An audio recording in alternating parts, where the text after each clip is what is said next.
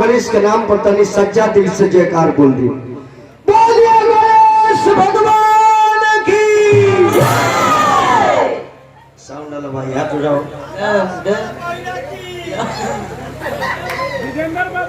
सबको एक जयकार बोले के बाद आज जय बोलला से जान तनी फायदा का होला। जय बोलला से रोग के क्षय होला और अंदर से भय समाप्त होला। अति सरकार करी है माने होला गिरी बाबा कि आप अपने को समर्पित कर दीजिए, यही देवताओं का पूजा है।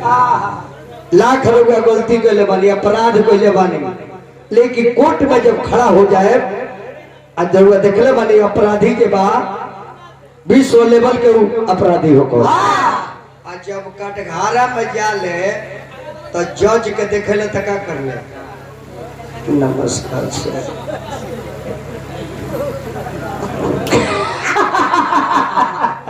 अब जज बेचारा कॉलम दांत कर धैले बा, तुम चोरी किया है? नहीं सर, पड़ीदार फंसा दिया है। अमर बकरी एगो खोसी भी है लिए फेंसा नहीं की दिले से फंसा दिया। जज कहेंगे इसको रिहा करो, ये तो निर्दोष है। अब बताइए कोई इंसान के सामने झुक जाता तो हमने का रिहा हो जाता नहीं, अब भगवान के सामने झुक जाए तो हमने के आजादी ना हो जाएगी। ऐसे आजादी पाना है तो देवता के पास झुक जाना है, यही सजाकार बोलल जाना। अब एक भजन माई के गाय जनमाई के हम जग में आज बनी और जनमाई के कृपा से रातों दिन चिल्लाता नहीं और वही माई के कृपा से रोड बैठ के सुनाता है। एक कौना माई के कृपा से कैसे बतियाओ इका दादा के कौना तारा दादा के पागल बड़े थे, चुप रहो। दुनिया में महतारी से बढ़ के मैं पहले ही बता 10 को आचार्य के बराबर एक गुरु का स्थान होला। 10 को आचार्य महोदय के बराबर एगो गुरु का स्थान होला। 100 गुरु जी के बराबर एगो पिता का स्थान होला। 1000 पिता के बराबर अकेले गो माता का स्थान होला। माई निर्दलीय उम्मीदवार है काजी। वो निर्दलीय है, वो माई से जो इलेक्शन लड़ जाओ ईवीएम मशीन पीवीएम में ढूंढ जाओ। पागल कहेंगे बड़ी पागल बा हुई का कहले पड़े सब सभावा के देना। वही माई को बोला जरा माई के कृपा से हम रातों दिन चिल्लाता नहीं और वही माई के कृपा से स्वयं बैठ के सुनाता। तने हुड़का उठाओ तो शर्मा जी। अरे तो महादेव लागत तरह सब जब नाचे डीजे पर लागत तरह से नाचे। ठीक छो ठीक छो। अरे इनको डांस है आई बाबा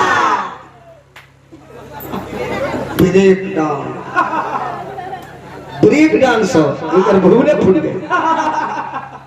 लेकिन एगो फायदा बा गिरी जी, अगर गांव में डीजे बजाए तो एगो फायदा ही बा ये ई मालूम हो जाता जे गांव में कितना लड़का छुछुनर बा। अगर एक जनगणना करे के बाद तो डीजे बजा दी ऑर्केस्ट्रा लिया दी बैठ के देखत रही केकरा केकरा घरे हरिचंदर जन्म ले लेबा। हरिचंदर हाँ उधर राजा हरिचंदर बहुआ लड़का ले मजा लेता। अजर पुरनिया पपीता में लड़का लो देखे जाओ तो लड़का लो चाहता कि बाप माई मर जाओ और केहू चाहते कि कबर बाप माई जियो। लड़का लो मजा लेवे कहते डीजे बजाओता और वही जी बाप के प्राण छूटा था। अब बाबूजी खटिया पर उठ के बैठा बड़े चुनौती निकलने बड़े बाजता धरती डोलता चुनौती निकाल। बाबू टिक्का बाजता रे। अरे ये नो रूखी डीजे हो ये हो एक गिलास पानी पियाओ जाके कह दे जे खा लो सो। भाई अरे डीजे बजाओ तारे सब बुझाता कि हमरा के जाए के बीजे ले आओ तारे सब लगत बाजे तो पुरनिया लो छाती पे हाथ धो लेता। ठीक छो ठीक छो। ओके ओके ले चलो भूखे हमरा के मुगली के मार मार तालु के जानतो नहीं कर छोकरिया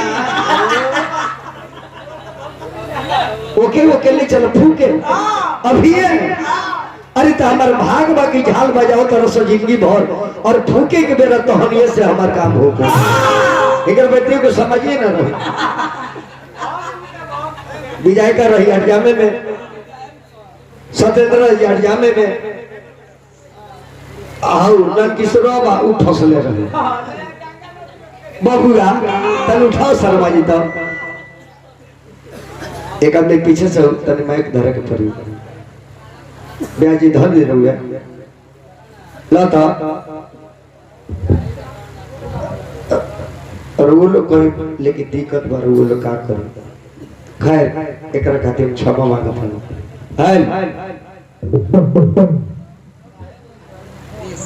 और बेस तो भाइयों में और के बेस तो बेस टोन ना धन दबे जी और धुन लागल मास्टर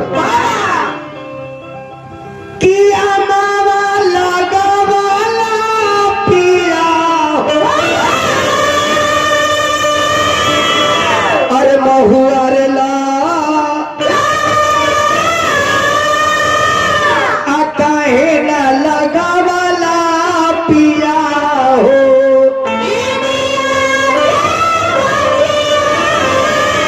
चल तुम्हारी खावे वाली एगो माई का जग नेल बानी माई आप तो माई खावे वाली अरे कोई सुमीरा ना माई हो सलादारा सलाई ए कोई सुमीरा ना माई हो सलादारा सलाई खुला रखी वाली आ माई हो सर से भोला की बड़ी आती हो तर से अरे छोटा के बड़ी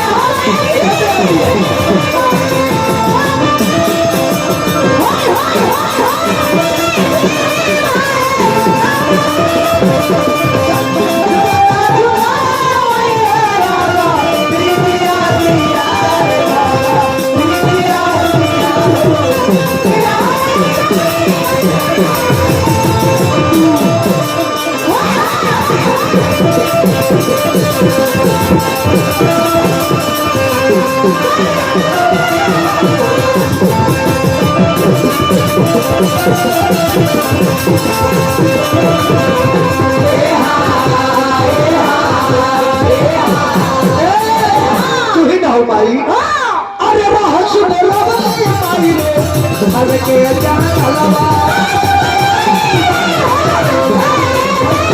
ए रहस बोला माई रे हर के जान लवा अरे मोटो तो खाली कमाई से भगलू जान खाली कमाई से भगलू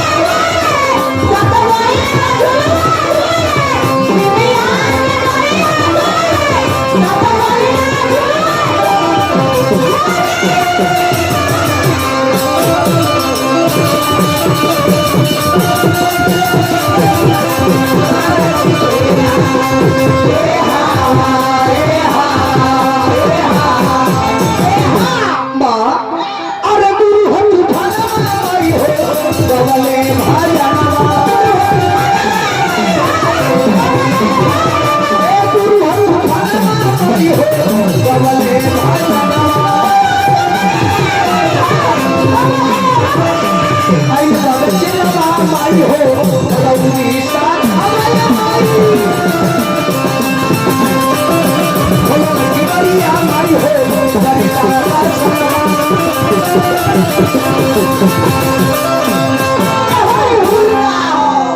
बोली थामे वाली मैया की जय। लास्ट में हनुमान जी के जय बोले एक बाद नचनिया लोग अपन नाची जहाँ भी भगवान के चर्चा होला वो जगह पर सबसे पहले हनुमान जी और सबसे बाद में राम दुआरे तुम रखवारे होत न आज्ञा बिन पे। यहाँ राम के नाम ले तो ख्याल ना भैया, जहाँ राम के नाम लियाई कि हनुमान जी का झंडा गड़ाई। आजा हनुमान जी का झंडा गड़ जाला वो जगह से पाप का पाप और डरे कर पाप भी भाग जाला। वही हनुमान जी के कहे के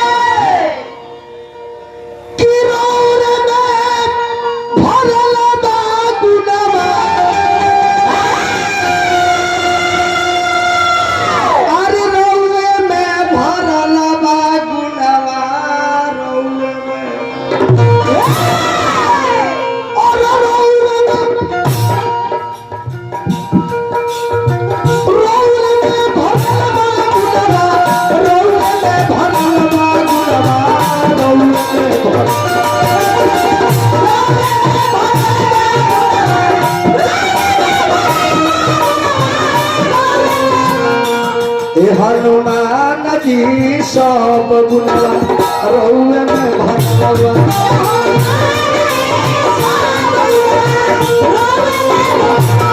हनुमान जी सब गुणवा रहुए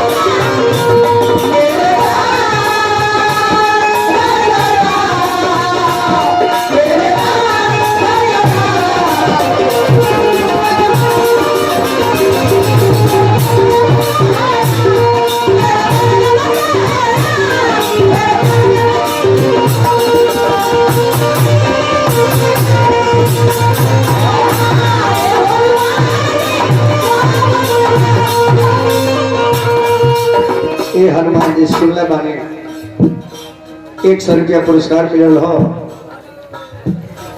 मुकेश टेंट हाउस पंडाल निर्माता एवं डीजे सेट हमारे यहाँ किसी शुभ अवसर पर वीआईपी कुर्सी टेबल समियाना रंग महल वीआईपी पंडाल इत्यादि उचित मूल्य पर भाड़ा पर सेवा करने के लिए तैयार है।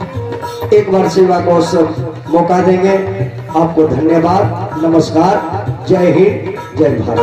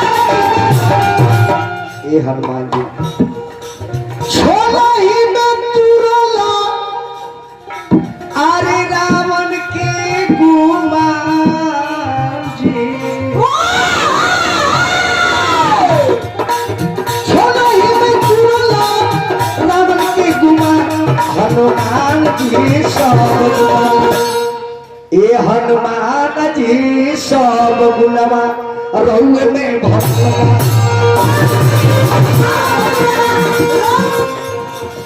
एक हरि का नाम ले लो। अब न चाहिए है से शर्मा जी दुनिया में का बा ना कुछ लेके आज वाली सोना लेके जाए जौन ले गए तो छोड़ के चल जाए मुट्ठी बांध के नहीं जा और मुट्ठी खोल के चल जाए के बाद ऐसे आदमी के मरला पर हमने के रोई ली लेकिन लिखल बाबे कि आदमी के मरला पर रो वही कहला जतने रुआ आंख सासू गिरी जतने नाक से पानी गिरेला वो आत्मा के सब पिए के पड़ेला। जमराज के दूत आत्मा के सतावे लगे लेकिन हो आखिर लोग रोता का है का किराया पर केहू के घर दे देनी तो लौटाई ना जमीन केहू के जोते के दे देले मन तो का करबो रजिस्ट्री करा लेबो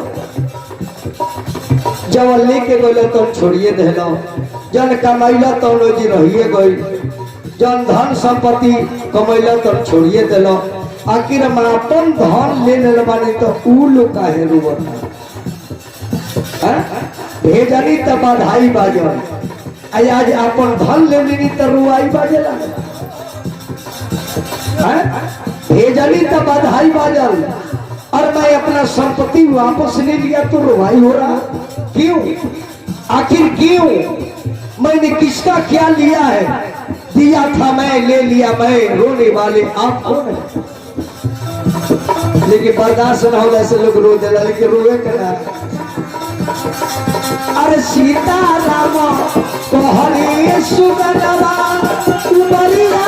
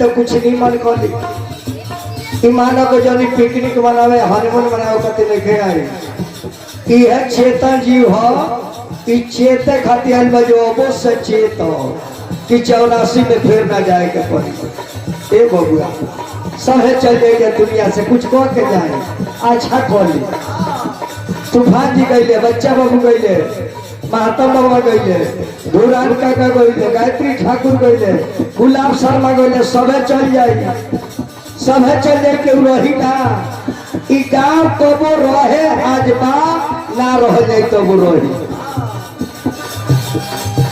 चौहानवा चली रे कोई लसरे दादा गिरिए